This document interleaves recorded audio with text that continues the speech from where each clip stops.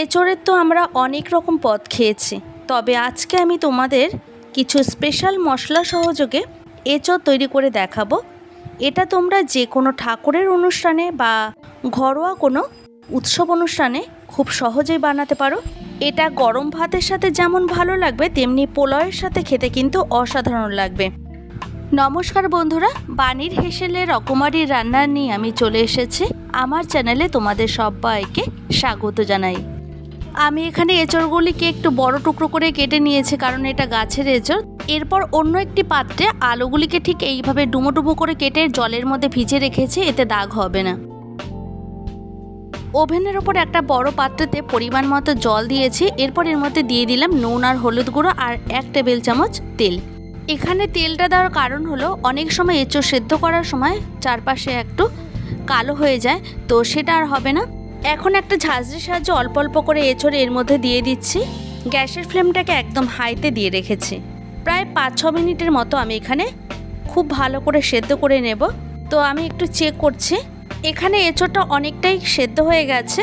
তোমরা এটাকে প্রেসারেও দিতে পারো, তবে প্রেসারে দিলে অনেক সময় নরম হয়ে যেতে পারে। তো সেক্ষেত্রে যদি এইভাবে সেদ্ধ করে নাও তাহলে খেতেও ভালো লাগবে আর একদমই গলে যাবে না। তোমাদের সাথে কথা বলতে বলতে এঁচড়গুলিকে তুলে নিচ্ছি, আর আমি এই জলটা একদমই ফেলবো না। এখন এর মধ্যে কেটে রাখা আলুগুলিকে দিয়ে দিচ্ছি। গ্যাসের ফ্লেমটাকে একদম হাইতে দিয়ে রাখবো। প্রায় 3 মিনিটের মতো খুব ভালো করে সেদ্ধ করে নিচ্ছি। এখানে আমি সেদ্ধ করিনি, অ্যাকচুয়ালি আমি আলুর যে জলটা সেটা ফেলে দিচ্ছি এইভাবে ভাপিয়ে নিয়ে। চলে এসেছি পরবর্তী স্টেপে। গ্যাসের উপর একটা কড়াই বসিয়ে দিয়েছি। এখন কড়াইটাকে খুব ভালো মতো গরম করে নেওয়ার পর দিয়ে দিলাম পরিমাণ মতো সাদা তেল। তেলটাকে একটু ভালো করে স্প্রেড করে নিয়ে আমি একে একে আলুগুলিকে ভেজে নেব। যেহেতু এখানে 3 মিনিটের মতো আলুটাকে একটু ভাপিয়ে নিয়েছিলাম, তাই আরও প্রায় 2 মিনিটের মতো হাই ফ্লেমে আলুটাকে ভেজে নিচ্ছি। এইভাবে ভেজে নিলে দেখতেও ভালো লাগবে, খেতেও কিন্তু খুবই সুস্বাদু লাগবে। দেখো এখানে আলুর কালারটা চেঞ্জ হয়ে গেছে। এই পর্যায়ে এসে আলুগুলিকে তুলে নিচ্ছি। এখন বাকি তেলের মধ্যে আমি সেদ্ধ করে রাখা এঁচড়গুলিকে ভেজে নেব। আর এইভাবে যদি এঁচড়গুলিকে ভেজে নিয়ে রান্না করা যায়, খেতে ভীষণই ভালো হয়। তো গ্যাসের ফ্লেমটাকে আমি এইভাবে মিডিয়ামে দিয়ে প্রায় 3 থেকে 4 মিনিটের মতো খুব ভালো করে ভেজে নেব। যতক্ষণ না এর কালারটা চেঞ্জ হচ্ছে আমি ততক্ষণই খুব ভালো করে ভেজে নেব। তো দেখো আমার এখানে কালারটা চেঞ্জ হয়ে গেছে। এই পর্যায়ে এসে আমি একটা ঝাঁঝরির সাহায্যে তুলে নিচ্ছি। এঁচড়ের এই নিরামিষ রেসিপিটা যে কোনো নিরামিষ দিনে বা কোনো উৎসব অনুষ্ঠানে বা হঠাৎ করেও যদি কোনো অতিথি চলে আসে, তোমরা একটু ভিন্ন স্বাদে এটা ট্রাই করে দেখতে পারো। আশা করি খুব ভালো লাগবে। এখন আমি এর মধ্যে দিয়ে দিলাম পরিমাণ মতো সর্ষে তেল। তেলটা ভালো মতো গরম হয়ে যাওয়ার পর দিয়ে দিচ্ছি গোটা গরম মশলা। এখানে এলাচ, লবঙ্গ, দারচিনি আছে। গোটা গরম মশলা থেকে সুন্দর একটা গন্ধ বেরোনোর পর অ্যাড করেছি এর মধ্যে ঘি। এরপর ঘিটা মেল্ট হয়ে যাওয়ার পর এর মধ্যে দিয়ে দিচ্ছি পরিমাণ মতো আদা, কাঁচা লঙ্কা বাটা। আমি এখানে মশলাগুলি একটু কম করে দিচ্ছি, তোমরা এখানে মশলার পরিমাণটা চাইলে আর একটু বাড়িয়ে দিতে পারো। দিয়ে দিচ্ছি পরিমাণ মতো নুন, হলুদ গুঁড়ো, একটা টমেটোর পেস্ট। এখন এই উপকরণগুলিকে খুব ভালো করে নেড়ে চেড়ে কষিয়ে নিতে হবে। তবে এই সময় গ্যাসের ফ্লেমটাকে একদম লোতে রাখা আছে, না হলে নিচে থেকে ধরে যেতে পারে।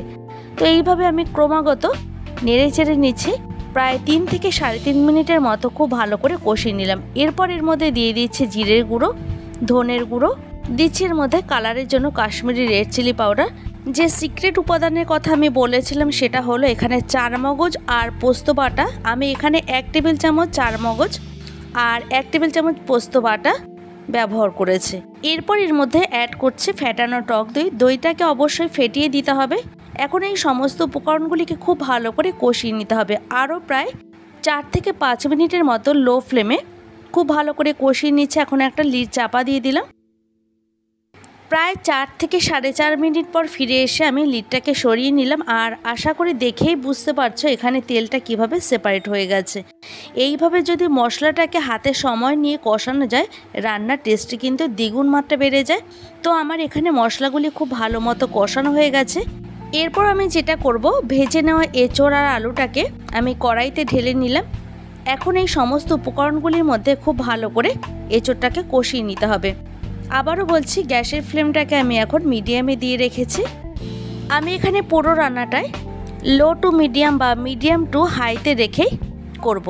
আমি এখানে আলু আর এঁচোড়টাকে প্রায় 70% মতো সেদ্ধ করে নিচ্ছি। এরপর এর মধ্যে সামান্য একটু জল দিয়ে দিলাম, এতে নিচে থেকে একদমই লাগবে না আর সমস্ত মশলাগুলি কিন্তু ঠিক মতো এঁচোড়ের মধ্যে ঢুকে যাবে। সব সময় চেষ্টা করি তেল মশলাটা কম খাওয়ার, তো আমি এখানে কম ব্যবহার করেছি, তোমরা চাইলে আর একটু ব্যবহার করতে পারো। আমি এখানে ঢাকনা চাপা দিয়ে রান্নাটি করছি, তাই বারবার বলছি না।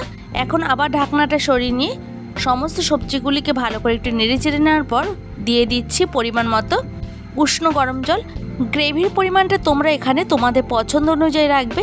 আমি একটু বেশি করে জল দিয়ে দিলাম, কারণ এঁচোড়টা আরও একটু সেদ্ধ হতে সময় লাগবে। এখন আরও 5-6 মিনিটের মতো রান্না করে নেব। তো আমার এখানে নুনটা একটু কম মনে হচ্ছে, তাই সামান্য একটু আরও নুন অ্যাড করছি, 1 টিস্পুনের মতো। দিয়ে দিচ্ছি গরম মশলা গুঁড়ো। আমি এখানে খুব বেশি গরম মশলা ব্যবহার করছি না, 1/2 টিস্পুনের মতো। আর যেহেতু এটা একদম নিরামিষ রান্না, তাই একটু চিনি ব্যবহার করলাম। এখন এই উপকরণগুলিকে ভালো করে এর মধ্যে মিশিয়ে নিতে হবে। এখন আবারও গ্যাসের আঁচটাকে একদম হাইতে দিয়ে খুব ভালো করে ঝোলটাকে ফুটিয়ে নেওয়ার পর গ্যাসটাকে অফ করে দেব। তৈরি হয়ে গেল নিরামিষ এঁচোড়ের একটু অন্য স্বাদের একটা রেসিপি। যদি আমার চ্যানেলে এই ধরনের আরও নিত্য নতুন ভিডিও পেতে চাও, তাহলে অবশ্যই একটা লাইক কমেন্ট শেয়ার করো। তোমাদের একটা লাইক আর একটা কমেন্ট আমাকে আরও নতুন ভিডিও তৈরি করে উৎসাহ জাগিয়ে তোলে।